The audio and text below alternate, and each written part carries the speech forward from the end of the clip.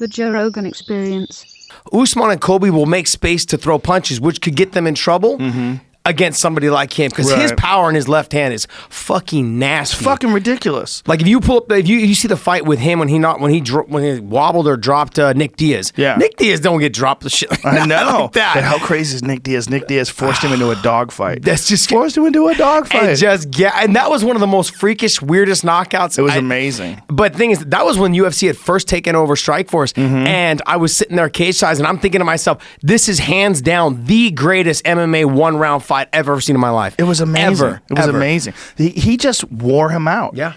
He just put that fucking Nick Diaz pace on him and wore him out. But when he clipped him and rocked him and dropped him, I was like, oh my God, Paul Daly's going to stop Nick Diaz? This is crazy. This is nuts. This is nuts. But just the fact that Nick fought him that way. Yeah. I mean, Nick didn't try to take him down. Nick didn't try to submit him. He just went after him. Just like, come on, let's do this. But let's not forget the history of Nick Diaz, man. Yeah. It all started with Robbie Lawler. The history of Nick Diaz started with Robbie Lawler. Like, come on, motherfucker, I got this. Yeah. And that's what elevated him to that next level. I called that fight. He walked into the octagon. He started yelling, "Stockton, motherfucker, Stockton!" and Robbie Lawler's like, what is happening here? Yeah. Like, what is this? Like, Robbie Lawler was this dark destroyer. Everybody was scared of him. He was a spooky dude. He was flatlining people. And Nick Diaz, not only was he not scared of him, he was talking mad shit to him. He was fighting him. He's like, what, bitch? What we doing, bitch? What we doing, bitch?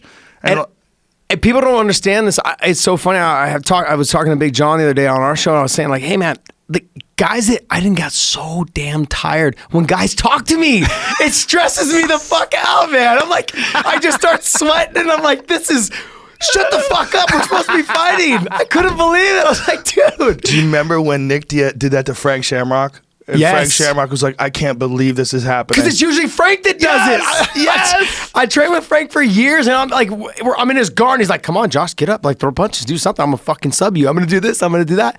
And you're just like, shut up, man. I just want to punch you harder, and it makes you more tired. And the fact that Nick was doing it and out cardioing him. Yes. Frank's thing was always be in the best shape so you could put, like when he beat Tito. Yeah. Just put that pace on him, and Tito couldn't keep up, and then he finished him. Yeah, Frank was not the same guy when he fought Nick at that time. But let's be real, like at that time, like it was awesome to see somebody like Nick do that. Because Nick, though, if you recall at the end of the fight, he picks Frank up. He's like, you're a fucking legend. Do not sit down there like that. You're a fucking legend.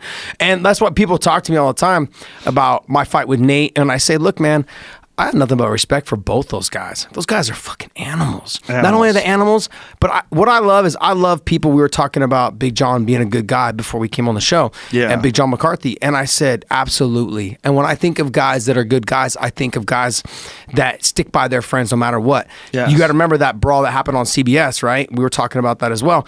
That brawl with Mayhem Miller, Jake Shields, Nick Diaz. But guess what? That whole scrap pack, they die for each other. Yes. And you can't knock friendship like that. And I look at those guys, and they're really good people. From Gilbert Melendez, his wife Carrie, Nick and Nate, and Jake. Jake's like still one of my good buddies. Gil is as well.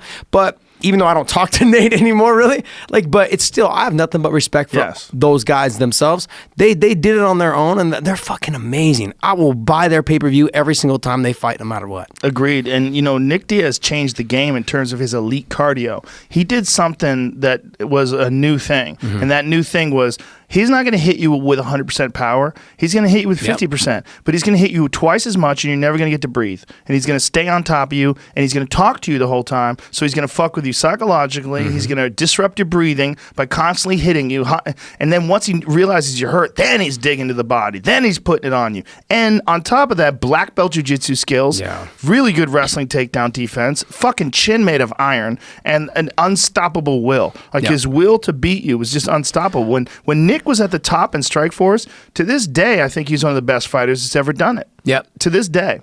No, I agree. I think a lot of that unstoppable will, though, comes from him doing triathlons. That's that desire. Like, hey, I cannot stop, otherwise I lose my time. And I'm only got 5 more miles or 8 more miles until I get to the bike, or until I get to the run, or until I get to I'm done with the swim. those are things in your mind as an athlete. You're always thinking like, I'm almost there. Yes. Okay, I'm only going to run till the 2-minute mark. Okay, I'm only going to run to the 5 minute. You set goals for yourself as you go. Shit, I smashed a goal. Okay, one more goal ahead. Those are the things that top athletes do, and I feel like that's what he's done with his career. He used triathlons to help get him there. Yes. He was always good, always nasty, like good jiu-jitsu, great, phenomenal guillotines. His game has always been really good. When he upped his game in that in boxing and the pace, like you're saying, just the touch, now bam, bam, touch, bam. That's next level boxing that we hadn't seen in MMA at the time. Yeah, and sparring with Andre Ward on a regular basis too. I mean, he did. Look, he did really change things. He really changed things, particularly with that fucking cardio of his. He has some spooky cardio.